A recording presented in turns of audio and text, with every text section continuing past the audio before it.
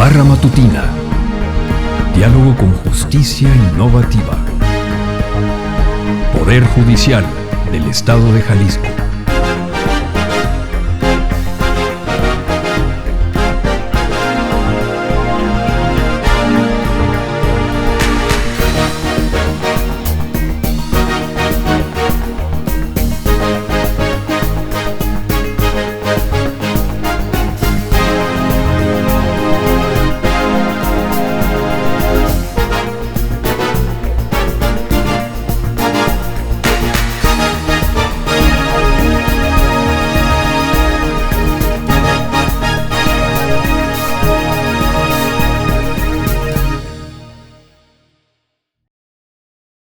Hola, ¿qué tal? Muy buenos días, bienvenidos a la Barra Matutina, Diálogo con Justicia Innovativa del Poder Judicial del Estado de Jalisco.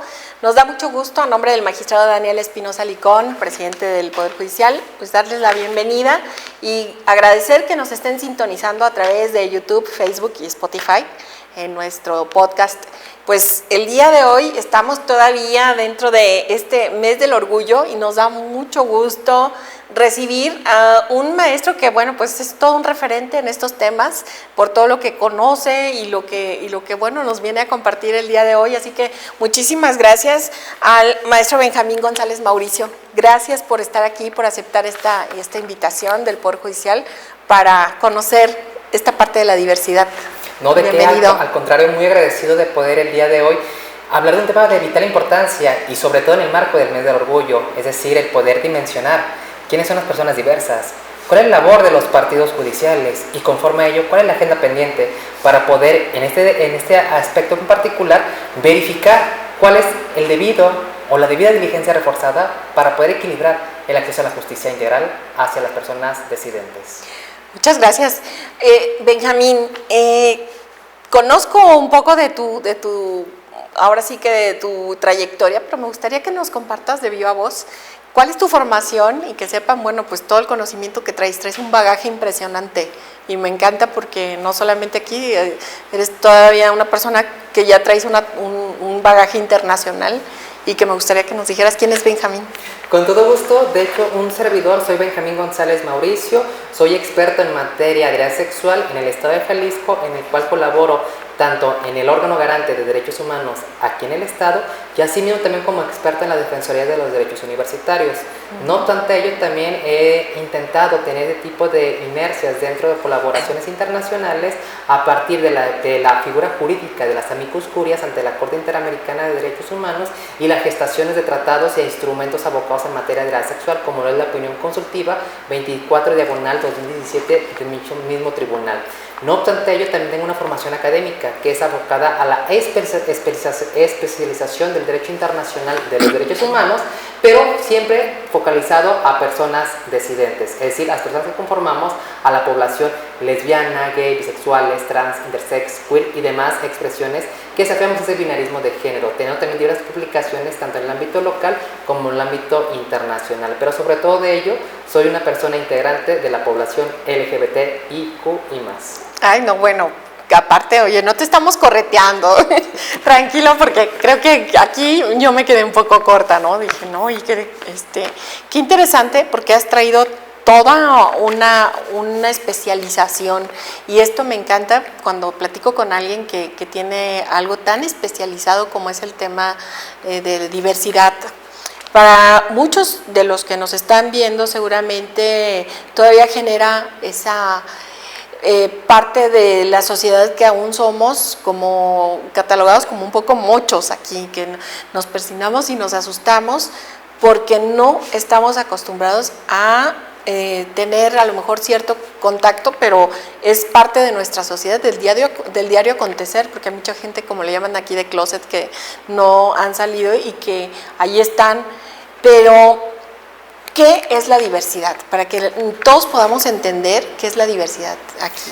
De hecho, es una pregunta muy importante que aún nos cuesta trabajo entender dentro del sesgo internacional. Sí. De quiénes somos las personas que integramos esta población.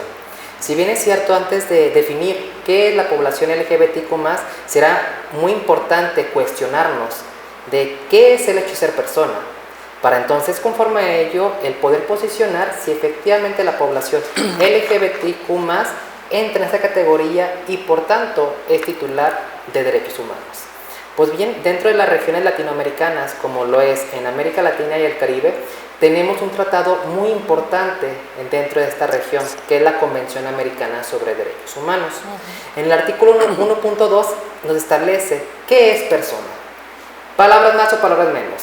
Se establece que persona es aquella que pertenece a la raza humana.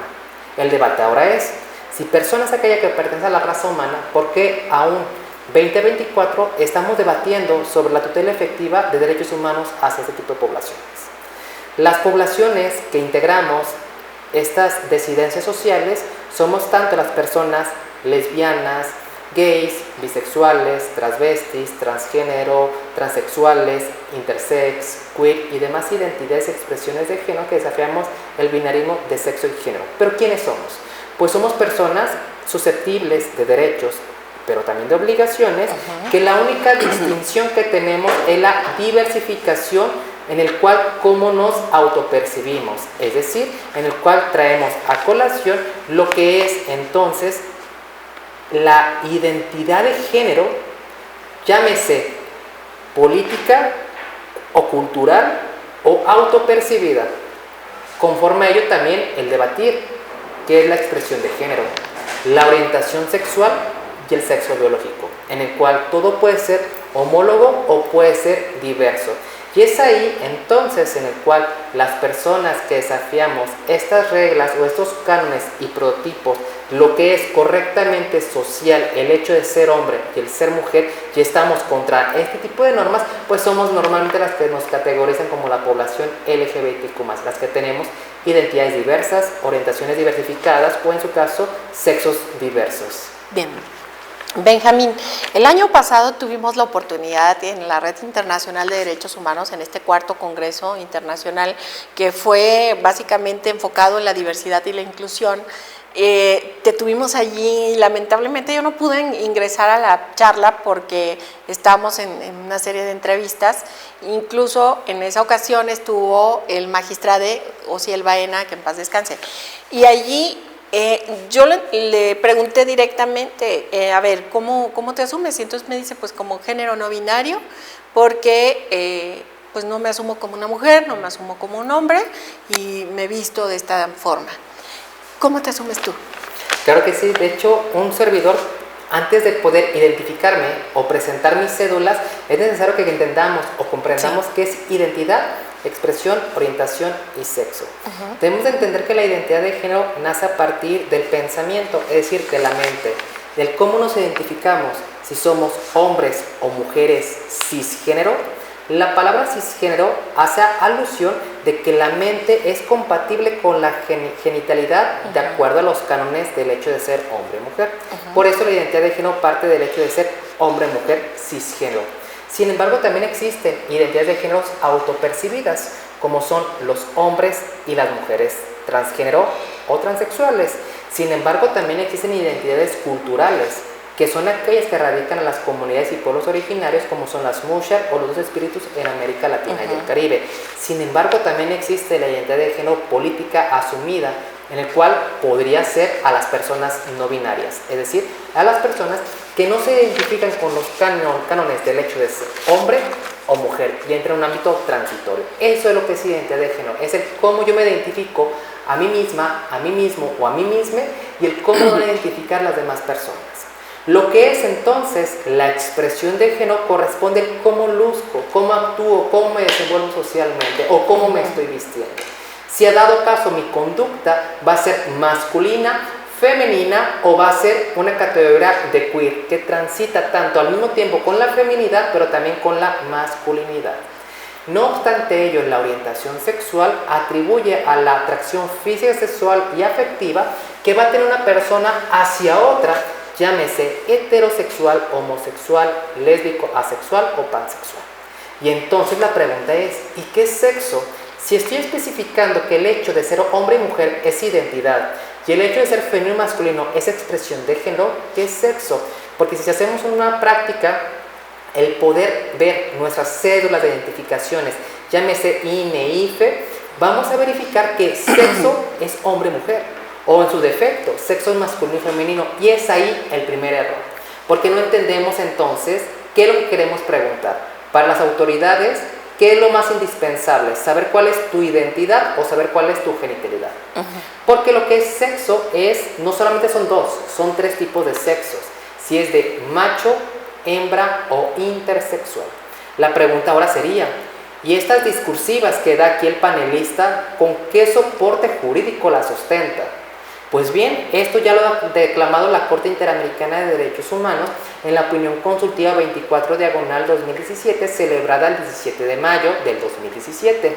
¿Por qué hago referencia al 17 de mayo? Porque es el Día Internacional en el cual la Organización Mundial de la Salud, junto con Naciones Unidas, elimina del catálogo de enfermedades y de trastornos mentales la homosexualidad. Es decir, entonces, erradica ese tipo de violencias por la lesbofobia, transfobia, interfobia, homofobia y las demás fobias que interseccionan con la dignidad humana la población LGBTQ+. Entonces, ahora bien, contestando la pregunta, sí. ¿Quién es Benjamín? Benjamín, yo me identifico como un hombre cis. Sin embargo, mi expresión de género no es ni masculina ni femenina. Mi expresión de género es una expresión queer en el cual transito al mismo tiempo tanto las masculinidades pero también la feminidad. Que lo único que estoy alterando no es el cómo yo me identifico, solamente el qué estoy utilizando o el cómo me desenvuelvo literalmente hacia una colectividad. Mi orientación sexual es homosexual y mis genitales son de machos, pero eso es de acuerdo a este tipo de estructuras, lo cual atribuye la diversificación de una persona. Y es más, les invito a las personas que nos están sintonizando a hacer este tipo de ejercicios, el quiénes somos o qué somos. Porque a partir de ello, y perdón que tome también aquí el uso de la... No, aparte nos estás haciendo una reflexión, autorreflexión. El derecho más importante que tenemos las poblaciones LGBTQ+, no es el matrimonio igualitario, no es el derecho a la identidad. El derecho más importante que tenemos todas las poblaciones LGBTQ+, es un derecho que aún no está reconocido en ningún instrumento internacional, ni mucho menos local. Y la pregunta es, ¿qué derecho es el que está hablando? Pues es el derecho de ser cómo me identifico, de quién soy, y el cómo las demás personas me deben identificar de acuerdo a esta diversificación, del hecho de entender cuál es mi identidad, mi expresión, mi orientación y mi sexo. Para ese entonces, darme este ámbito de la titularidad, derecho de ser persona y por de facto pertenecer a la raza humana. Pero claro, es el derecho para un servidor, el derecho matriz, en el cual nacen a partir del derecho de ser todos los demás derechos de acuerdo a la interdependencia y a la indivisibilidad que guarda el marco jurídico del derecho internacional de los derechos humanos. Qué interesante. Mira, y aquí en este plano que podríamos hacer este ejercicio, padres de familia, maestros, abogados, ¿qué pudieran hacerse como una pregunta para saber este tipo de identidad? De hecho, para poder concebir y para poder tener esta perspectiva, creo que no solamente nos compete a las personas LGBTQ+, nos compete a todas las agendas, porque también hay que reconocer una agenda que quizás aún sigue silenciada, que son los pueblos y las comunidades indígenas, en el cual tiene su propia cosmovisión, su propia visión ancestral, que de acuerdo a los ámbitos urbanizados no nos permitimos literalmente comprender o tener ese tipo de entendimientos para verificar entonces cuál es su identidad cultural, dónde nace esta identidad cultural. Pero quizás uno de los ejercicios que podríamos hacer todas las personas que nos estamos sintonizando el día de hoy es literalmente vernos al espejo y cuestionarnos qué somos o quiénes somos, para conforme a ello entender si efectivamente entro o no entro en los cánones o en esta construcción social del hecho del ser hombre o el ser mujer. De hecho, me dan a mí ahorita con esta pregunta el invitarles a leer literalmente 3 obras literarias que establece sobre todo qué es la identidad, pero también la identidad abocada al género. Sabemos que en ocasiones todas las personas, cuando hablamos de género, entendemos que es una construcción social. Sin embargo, no sabemos la raíz de dónde salen esas teorías feministas. Una de ellas es de Margaret Mead, en el cual una obra que es Sexo y Temperamentos ha establecido de que el género no es solo una construcción social o no es una construcción social. Lo que es el género, para tú identificarte que eres una persona, radica en el territorio en el cual tú te puedes encontrar. Es decir, es un ámbito demográfico. Porque el actual territorio en el cual tú te encuentres es ahí donde se te van a asignar los roles que vas a desempeñar. Y en este tipo de obra literaria de Sexo y Temperamentos, Margaret Mead lo que hizo es un estudio en cierto tipo de islas en el cual verificó que la labor del cuidado lo realizaban los hombres y la labor de casa y de proveedora las mujeres. Por tanto, y en efecto, entonces el género radica al ámbito territorial y demográfico.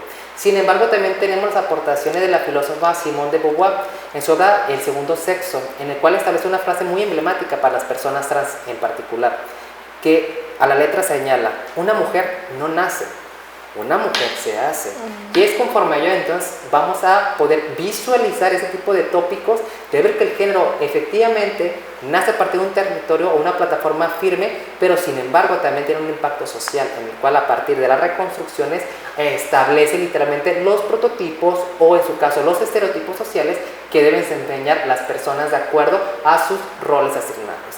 Conforme a ello también tenemos las aportaciones de la mexicana Marta Lamas y de Judy Butler en su tercera obra, que se llama La teoría queer, en el cual desafía este binarismo. ¿Qué es el binarismo? Que solamente en México o a nivel internacional existen dos hipótesis: el hecho de ser hombre y mujer, el hecho de ser femenino y masculino, incluso el sexualizar colores, objetos, totalmente, azul o rosa. ¿Y qué pasa cuando desafío este binarismo y traigo otra tercera opción? Es ahí entonces en el cual rompo literalmente este tipo de reconstrucciones y es ahí el debate, el poder no solamente encasillarnos a dos tipos de directrices, sino entender que nosotras, si nos vemos al espejo, jamás vamos a encontrar una persona similar a nosotras, jamás. ¿Por qué? Porque la raza humana es la única especie diversificada en el cual jamás va a encontrar una semejante a la misma. Cada persona tiene la libertad del pensamiento, cada persona tiene el derecho de decidir y de autoidentificarse. Y es por ello que existe la diversificación, de entender y reconocer todo tipo de aspectos, tanto sociales, antropológicos, jurídicos y sociales, para entonces verificar quién soy. Porque no solamente soy una persona, también soy un ser, que es el derecho de ser, de saber quién soy. Y el cómo soy, el cómo entonces las autoridades, o en su caso los operadores de justicia, debemos de abocar los enfoques diferenciados. El no verificar las resoluciones de acuerdo a una perspectiva de expedientes o de nombres si son hombres o mujeres. No, hay que ver literalmente las matrices de indicadores de los enfoques diferenciados que nos establece la ley reglamentaria del artículo primero constitucional, que es la Ley General de Víctimas, en el cual en su artículo número 5 establece los principios generales, y uno de ellos es el enfoque diferenciado. Y el enfoque diferenciado es desmembrar quién es la persona, para conforme a ello entonces la atención especializada y el acceso a la justicia focalizada a esta persona va a responder a su necesidad particular y de facto entonces no va a tener acceso a la justicia cualquiera, sino el acceso a la justicia integral favorecida a los grupos históricamente discriminados como somos las personas diversas. Qué interesante, digo, ahorita nos estás dando así como una ráfaga súper y una lección muy, muy buena. Ojalá y que tengamos la oportunidad de invitarte a darnos una conferencia aquí al Supremo Tribunal. De verdad que creo que nos hace mucha falta el involucrarnos mucho, nos falta. Y eso que ya hay esa apertura en el Poder Judicial, ¿no? Y que eres súper bienvenido las veces que gustes a compartirnos esta situación. Sin embargo, pues sabemos que el tiempo nos apremia, pero antes quisiera saber qué desafíos hay para la comunidad, para Benjamín, porque seguramente a nivel personal también tendrás desafíos importantes en este tema de la diversidad, ¿no? De hecho, para poder contestar esa pregunta, la quisiera dividir por yo sé que es muy amplio. En dos aspectos. Sí. El primer aspecto es el reconocimiento como persona, y el segundo aspecto me gustaría el manejarlo literalmente, ¿cuál es el deber ser? En un primer momento, en su caso, nos debaten, sobre todo en varios tipos de espacios públicos, incluso privados, porque también las empresas tienen el ámbito de responsabilidad en materia de derechos humanos. Sí. Así ya lo ha dicho la Corte Interamericana de Derechos Humanos en su caso Olivares Fuentes versus Colombia. Y conforme a ello, entonces, ¿cuál es la problemática, la agenda pendiente en México? Hay que reconocer que hubo una gran reforma constitucional, que si bien es cierto la Constitución Política de 1917 es la misma, solamente que está reformada desde el 10 de junio de 2011.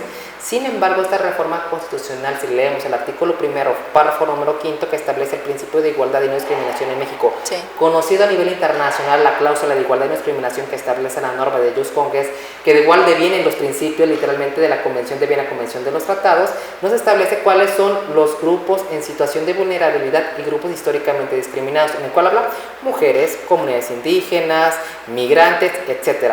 Pero yo los desafío, quiero que me reten o quiero retarlos a ustedes de que me digan en qué artículo de todos los artículos de la Constitución Política de los Estados Unidos Mexicanos, reformada y garante de los derechos humanos, aparece la palabra diversidad sexual o personas LGBTQ+. Y en efecto, no aparecemos en ningún artículo. Y es por ello que entonces, ¿cuál es la pugna que desafiamos nosotros las personas LGBTQ+, que se nos garantice como titulares de derechos dentro del máximo órgano legislativo o el máximo instrumento legislativo que tiene México, que es su propia Constitución Política? Sí establece preferencia sexual, pero yo los invito, consulten la Real Academia Española. ¿Lo correcto es hablar de preferencias sexuales o de orientaciones sexuales?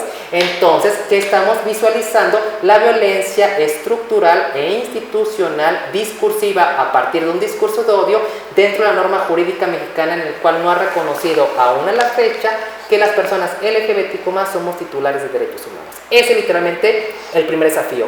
Segundo desafío, fuerte, que aún a la fecha el acceso a la justicia no es íntegro a las personas LGBTQ+, porque dentro de los registros aún nos catalogan de hombre y mujer. Y, por ejemplo, si fuese una persona binaria, ¿cuál sería mi registro? En los formatos administrativos. O en su defecto como una persona con expresión queer, ¿cómo sería mi registro? Dentro de las cédulas administrativas. Ahora bien, hablamos de la impartición de justicia. La pregunta es, sabemos que la Suprema Corte de Justicia tiene su protocolo. Sin embargo, su protocolo son de 500 u 800 hojas. La pregunta es, ¿qué operador de justicia lo ha leído? Casi estoy por la certeza jurídica que literalmente ni la mitad lo ha leído. Entonces, ¿cuál es la labor que tenemos nosotros a nivel local? El verificar, hacer protocolos o líneas operativas reales que respondan a la necesidad particular literalmente de las personas que están denunciando que se les imparta justicia. Y el entender que la impartición de justicia es en un primer momento verificar la verdad histórica de los hechos y conforme a ello de realizar las acciones afirmativas. ¿Qué es una acción afirmativa? Y sí, en efecto, en ocasiones he escuchado varios tipos de comentarios que nos han referido de que no es indispensable ser la causa para defender la causa. Sin embargo, yo tengo otra filosofía, es indispensable ser la causa para defender la causa y que estén dentro de las cúpulas de la impartición de justicia, porque somos solamente nosotras y nosotros y nosotros que de acuerdo a nuestras experiencias y vivencias sabemos qué es la violencia, sabemos qué es el ser invisibilizados y conforme a ello el ámbito del principio de congruencia de nombrar a cada una de las identidades y expresiones focalizadas a un acceso a la justicia integral, el traer a colación no solamente los criterios de la Suprema Corte de Justicia, traer también los actuales criterios de la Corte Interamericana. Ya no es hablar de Atala Rifo, ya ahora es hablar de Vicky Hernández versus Honduras, ya hoy es hablar de Azul Rojas versus el Estado de Perú, de traer esos nuevos criterios o bagajes jurídicos que la Corte Interamericana ha soportado, de cuál es el deber ser de los estados, de cómo puedo aplicar el principio de convencionalidad y que el principio de convención no solamente tiene que ser de manera concentrada o de manera ex oficio, sino ahora con efectos catalizadores, de verificar la interdependencia de cada una de las personas radicando la diversificación de cada población y conforme a ello entonces tener a la justa reparación del daño. Y de reparación del daño no solamente es cuestiones económicas o la disculpa pública, también es poder realizar los cambios legislativos, porque también aún a la fecha no está regulado el discurso de odio como un intercrímenes de la comisión de un delito, ni mucho menos los crímenes de odio, porque las muertes violentas en materia LGBT se persiguen por feminicidios, no de acuerdo a sus identidades, expresiones u orientaciones sexuales. En particular, en ciencia, esa es parte de la competencia. Claro, no es toda, es solamente una pequeña pincelada de darle nombre y rostro a la violencia de acuerdo a las experiencias que vivimos y transitamos, yo también como parte de la población LGBTIQ+, en el estado de Jalisco. Qué bárbaro, pues yo creo que nos dejas un gran desafío que tiene que ver mucho desde el punto de vista de la educación, desde seguramente desde niños, desde la aceptación, desde romper prejuicios, porque estamos en una sociedad muy complicada, muy difícil, en la que todavía hay esa cerrazón y esas situaciones pues de convertir a la comunidad pues en foco de atención como algo muy aparte, ¿no? Entonces, y no como una parte integral de una sociedad. Mucho trabajo por hacer, Benjamín. Nosotros estamos súper agradecidos, muy contentos de que hayas venido y hayas aceptado esta invitación. Te dejo la puerta abierta a que cuando consideres que tengas alguna novedad que compartirnos, algún avance legislativo y todo lo que consideres, pues esta es tu casa. Aquí estamos a tus órdenes y por supuesto con las puertas abiertas a esta población que nos interesa mucho, visibilizar, conocer, estudiar y bueno, pues ahora sí que integrarnos en una misma. Completamente al contrario, yo agradecido sobre todo, y se agradece que en el marco del Mes del Orgullo podamos traer y ver al Supremo Tribunal como un tribunal aliado, que es para ese tipo de espacios, para poder discutir y dialogar, pequeñas reflexiones que puedan incidir el día de mañana los cambios administrativos. Y siempre me gusta cerrar con una frase: las personas LGBTQ+, que habitamos y transitamos, no solamente en las regiones latinoamericanas, sino en México y en Jalisco en particular, pugnamos solamente por un solo derecho humano. Y la pregunta es, ¿cuál derecho humano? Pues es que se nos reconozcan todos los derechos humanos por el hecho de ser persona. Así es, con esa simple y sencilla razón.